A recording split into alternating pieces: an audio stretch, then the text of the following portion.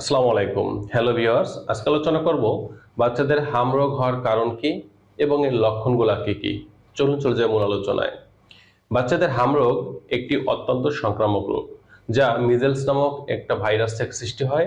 এটি সাধারণত ছোট শিশুদের বেশি হয়, তবে টিকা নেওয়া না থাকলে যে কোনো বয়সের মানুষের হতে পারে।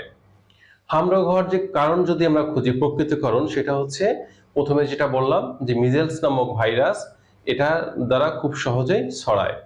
কিভাবে ছড়ায়? হামে আক্রান্ত শিশু বা নারী পুরুষের যে হাসি বা কাশি, এটার মাধ্যমে ছড়ায়। আক্রান্ত শিশুর লালা বা নাকের পানির মাধ্যমে ছড়ায়। এবং একই ঘরে যদি আক্রান্ত শিশু এবং সুস্থ শিশু থাকে, তাহলে বাতাসের মাধ্যমেও কিন্তু এই হামের যে ভাইরাস, এটা ছড়ায়, যার ফলে দেখা যায় অসুস্থ শিশুর পাশাপাশি সুস্থ শিশুও কিন্তু হামে আক্রান্ত হয়ে থাকে। এবং যদি টিকা নেওয়া থাকে, অর্থাৎ হামের টিকা যদি নেওয়া না থাকে, সেক্ষেত্রে কিন্তু এই ভাইরাসটা ছড়ায়। এবার আসি, এই যে হামের যে লক্ষণগুলা কি কি, আমরা যদি হামের লক্ষণগুলো দেখি, তাহলে প্রাথমিকভাবে 3 থেকে 5 দিনের মধ্যে হামের রোগী বা শিশুর যে লক্ষণগুলো থাকে, তার মধ্যে প্রথম নম্বর বিষয়টা থাকে জ্বর, উচ্চ তাপমাত্রা থাকবে, সর্দি এবং কাশি থাকবে, নাক দিয়ে পানি পড়া, শুকনো কাশি, চোখ লাল হওয়া বা চোখ দিয়ে পানি পড়া। এই সমস্যাগুলো কিন্তু প্রাথমিক অবস্থায় থাকবে। বিশেষ লক্ষণ হিসেবে থাকবে বাচ্চার বা হামে আক্রান্ত ব্যক্তির মুখের ভিতরে ছোট সাদা দাগ দেখা দিবে। এবং ফুসকুড়ি বা র্যাশ, এটাও কিন্তু দেখা দিবে।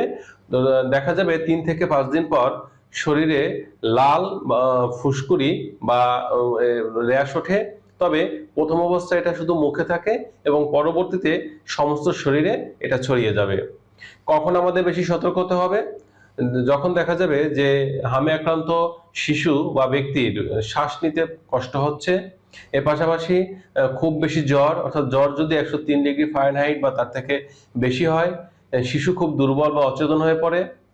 এবং হামে আক্রান্ত শিশু বা ব্যক্তি যদি খাবার বা পানি এগুলো পান করা বন্ধ করে দেন, এরকম অবস্থা চলে গেলে তখন কোনো অবস্থাতে বসে থাকা যাবে না। যত দ্রুত সম্ভব চিকিৎসকের কাছে যেতে হবে। প্রয়োজনীয় চিকিৎসা এবং মেডিসিন সেবনের মাধ্যমে দেখা যাবে খুব দ্রুত সুস্থতা অর্জন করা যাবে। আমি নেক্সট ভিডিওতে আলোচনা করব হামে আক্রান্ত ব্যক্তি বা শিশুর এই হামের যে রোগ, এটা প্রতিরোধ এবং প্রতিকার করার আমাদের করণীয় কি কি। সে পর্যন্ত সকলে ভালো থাকবেন। আজ এ পর্যন্ত।